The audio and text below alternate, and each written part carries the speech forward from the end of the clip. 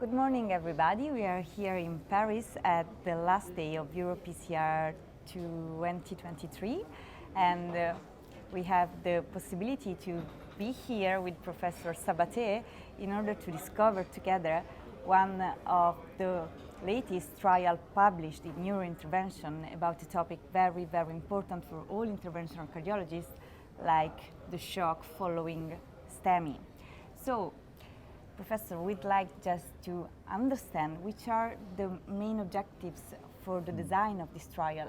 Yeah, thank you very much. Thank you for the interview. Yes, the objective of the trial was to try to demonstrate whether the use of mechanical circulatory devices, in this case the ECMO, could be beneficial for patients with cardiac shock complicating acute myocardial infarction. Up to date, there is a lack of evidence by the use of these devices. And we need, that was the intention of the trial, we need a randomized controlled trial to demonstrate whether this is beneficial or not. That's why we wanted to perform this trial. Okay, I think the objectives are clear and everybody is waiting for answers, I suppose. Just, I can understand that, to gather patients for this specific topic, they are shocked patients, could be probably hard. And so going through the trial, what do we have really to pay attention to the numbers that you sorted out? Yeah, of course. Our limitation, and it is something that we have to take to be clear for everyone, is that we could not finish the recruitment of the trial. We had several limitations during the recruitment. It was an European Commission funded trial and under the umbrella of the Horizons 2020 program, and unfortunately could not get granted any extension of the trial. But as you well aware, and all of us well aware, during the course of the trial we had the pandemic, the COVID-19 pandemic, and the ECMO, as you know, is used in patients with COVID-19, was used in this scenario. So we have to halt the trial for at least more than 1 year because of the pandemic. Therefore, this was a main limitation. Again, also, it is not easy to recruit patients in cardiac shock, but if you add this limitation, this was really for the trial was too much. Okay, so we can say that between the limitations we have the number of patients that were enrolled, above all because you didn't have enough time because of a bigger limitation that is the pandemic. So we have to understand that sometimes the influence of uncontrolled limitation have to be taken into account when regarding to the results. Anyway, do you still believe that we need further randomized trial in this topic, specific one? Sure. We need data.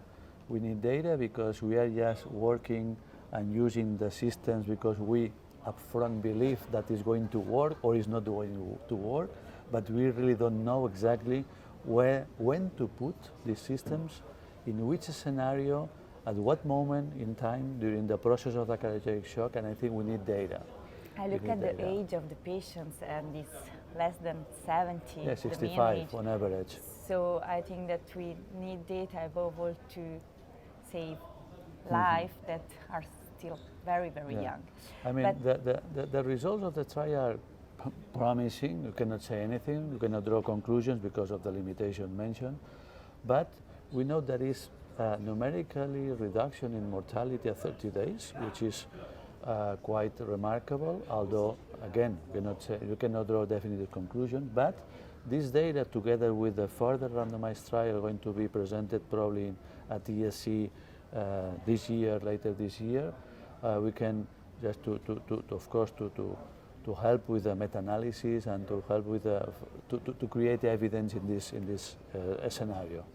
I think it's very important, even because we probably in the next years everybody will need ECMO, but I think that further trials should even put into consideration the fact that it's not as easy to put an ECMO, so we probably need, but we have to face even some complication for the implant, not only procedural, I would say, but even the organization of, I don't know, a shock team dedicated to that, Yeah. that we need probably available everywhere.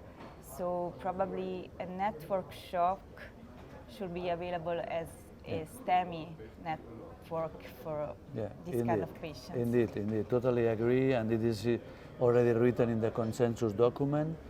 This is a further step in the treatment of the acute myocardial infarction. We have the network for STEMI, but now we have to create in every region a network for shock, and trying to send the patient as soon as possible to the shock centers where you can provide the patient the best available techniques, including, of course, mechanical circulatory support devices, but also even maybe heart transplantation or this type of surgery or any other potential support devices to help this patient. That, as you mentioned, is occurs in a young population, not just the older one, but also in a young population.